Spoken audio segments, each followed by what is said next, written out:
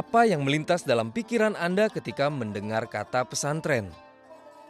Ribuan santri yang getol mengaji, unggah-ungguh para murid kepada ustadz dan kiai, atau kekayaan khasanah keislaman klasik dengan sebutan kitab kuning? Ya, semuanya ada di sini.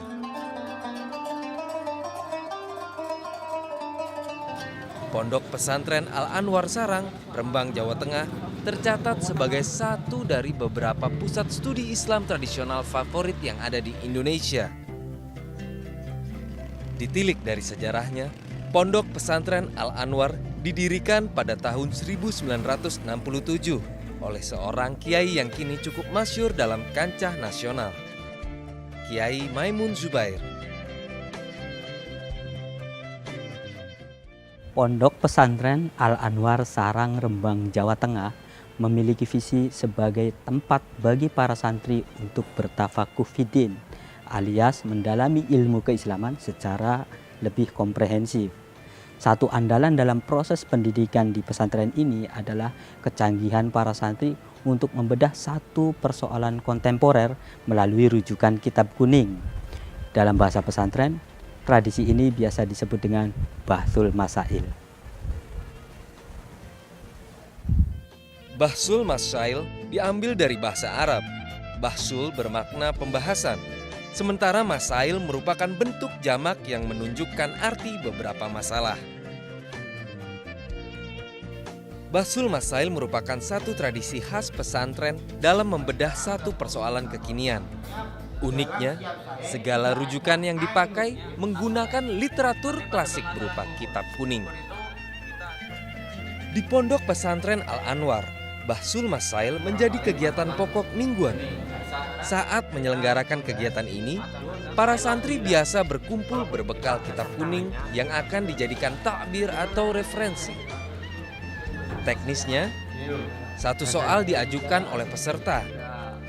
Lantas, melalui seorang santri yang bertugas semacam moderator, permasalahan itu dilempar ke dalam forum untuk dicarikan jawabannya secara seksama. Kalau waktu tawaf itu kan ramai sekali. Nah yang pasti ketika hendak mendekati Hajar Aswad itu tercium Banyuwangi, entah dohiron atau batinan, entah secara hisi terasa atau tidak, itu tercium bau wangi. Seperti itu pimpinan. Bahsul Masail sengaja dimasukkan ke dalam kurikulum demi menciptakan lulusan pesantren yang tanggap terhadap permasalahan kekinian. Harapannya, santri jebolan Al-Anwar mampu menjadi manusia ideal yang bisa bermanfaat di tengah masyarakat, terutama terkait dengan problem-problem keagamaan.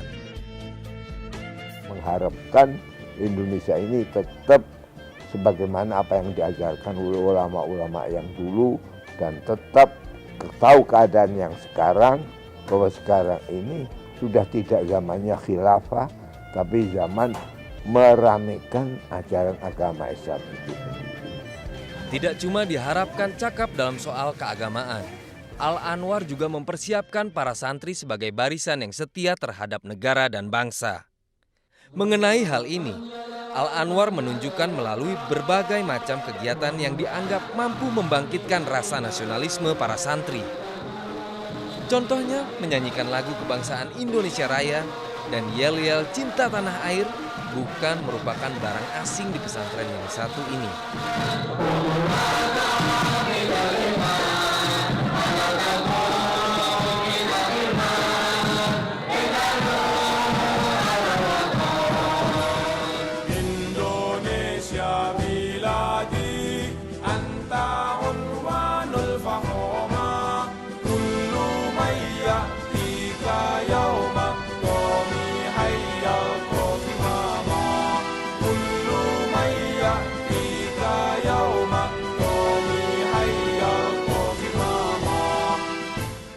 Guna mengetahui lebih jelas bagaimana ribuan santri ditempa di pesantren ini, berikut wawancara tim jelajah pesantren medcom.id bersama Ketua Pengurus Pondok Pesantren Al-Anwar Sarang, Rembang. Jadi gini Ustaz, kita pengen tanya sekarang itu jumlah total santri itu berapa? Pastinya untuk akhir tahun ini Total santri 3.750. Itu yang di Al-Anwarnya aja. Yang domisili santri putra saja. Santri putra saja. Sedangkan santri putri 1.100. 1.100. Mereka berasal dari Indonesia atau ada beberapa dari luar negeri? Untuk tahun ini semuanya domisili dari Indonesia, dari Sabang sampai Merauke. Kalau kurikulum, pelajarannya apa lagi? Pelajarannya di sini mulai tingkat dasar ya Aqidatul Awam, Jurumiyah, itu yang tingkat dasar. Terus Safinah fikihnya. Terus yang tingkat paling tinggi itu Fathul Wahab Mahali. Pondok Pesantren Al-Anwar Sarang menjadi tumpuan harapan di tengah makin dibutuhkannya sosok yang andal dalam keagamaan sekaligus memiliki nasionalisme tinggi. Dari salah satu titik pesisir pantai utara Jawa Tengah, inilah gaung keislaman khas Indonesia, terus dipupuk dan menginspirasi dunia. Nantikan kami di jelajah pesantren berikutnya. Indonesia